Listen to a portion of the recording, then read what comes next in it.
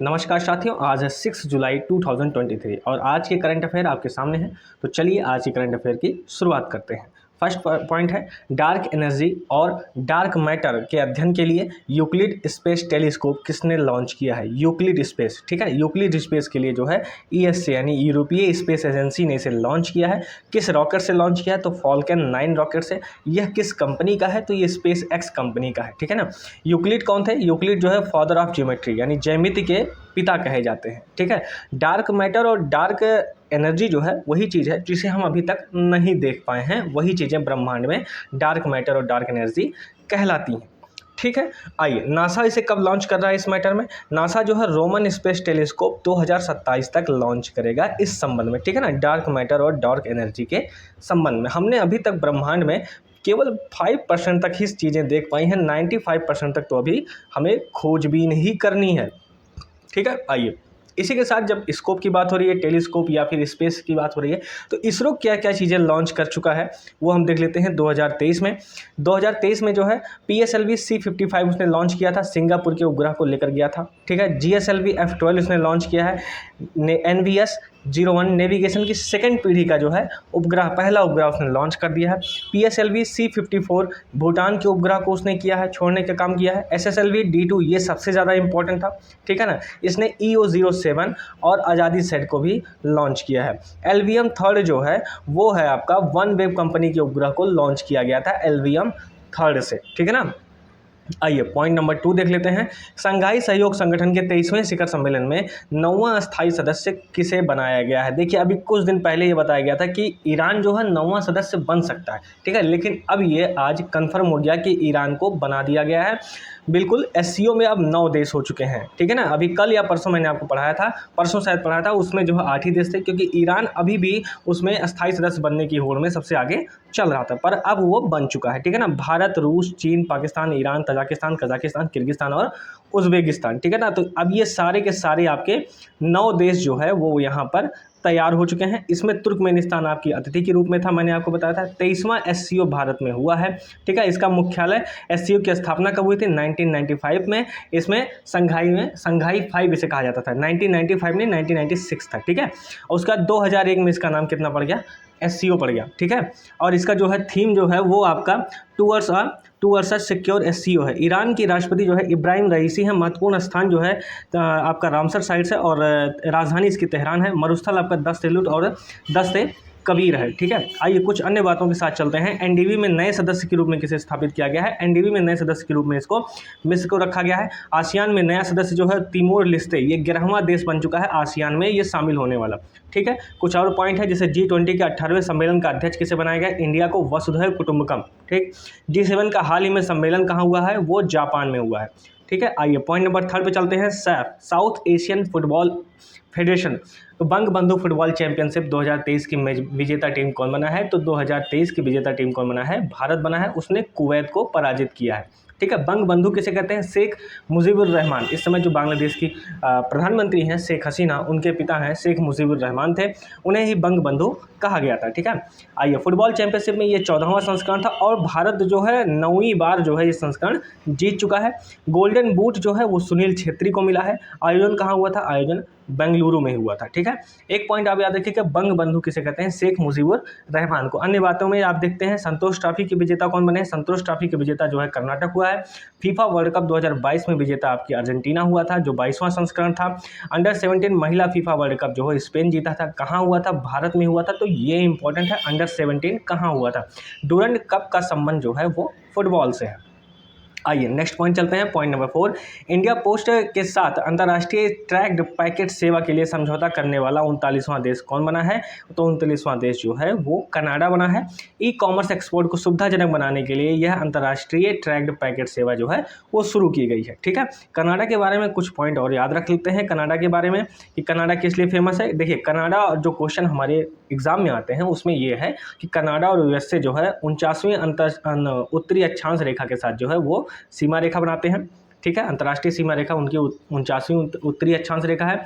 अथावास्का झील जिसमें यूरेनियम का भंडार है, ये कनाडा में स्थित है। कनाडा की राजधानी ओटावा है। विश्व की सबसे लंबी तटीय रेखा जो है वो कनाडा ही है।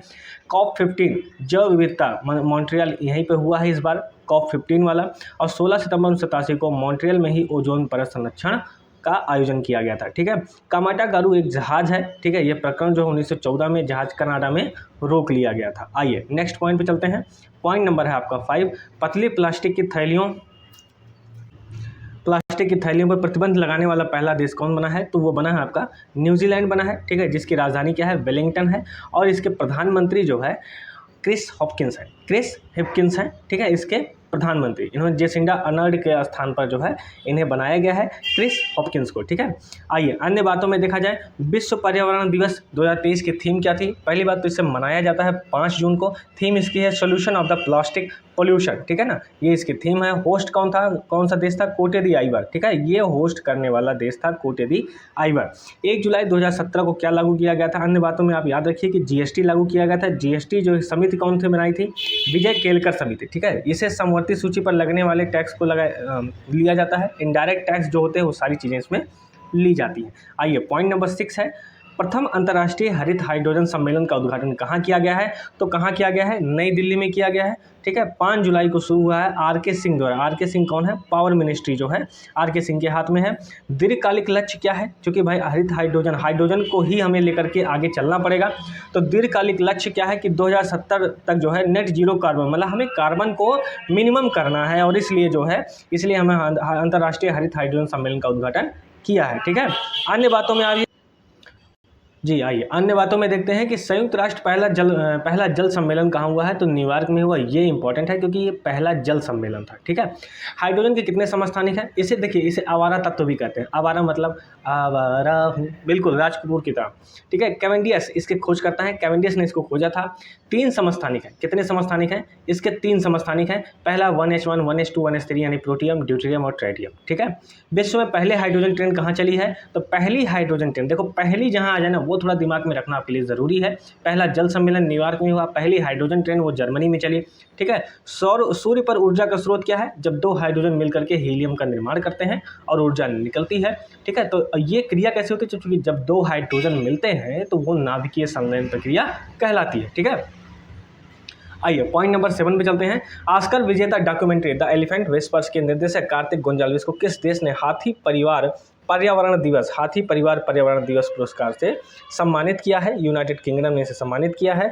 95वां ऑस्कर, मतलब कि आपके गोंजाल्विस जो है, कार्तिकी गोंजाल्विस क्यों फेमस हैं? तो उसका कारण क्या है कि 95वें ऑस्कर जो लॉस एंजल्स में हुए हैं उसमें भारत को 2 ऑस्कर मिले हैं। एक तो पहला नाटू नाटू सॉन्ग के लिए, जिसके संगीतकार MM किरवानी है। ये इंपॉर्टेंट है, MM किरवानी आप याद रखिएगा, पेपर में आ चुका है, UPPCS में भी आया था।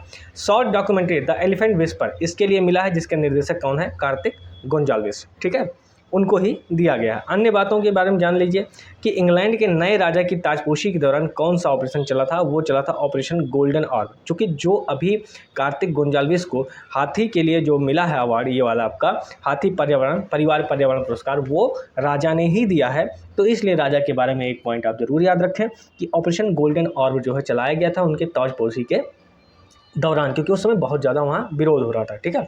गज महोत्सव कहाँ मनाया गया? गज महोत्सव मनाया गया असम के काजीरंगा में।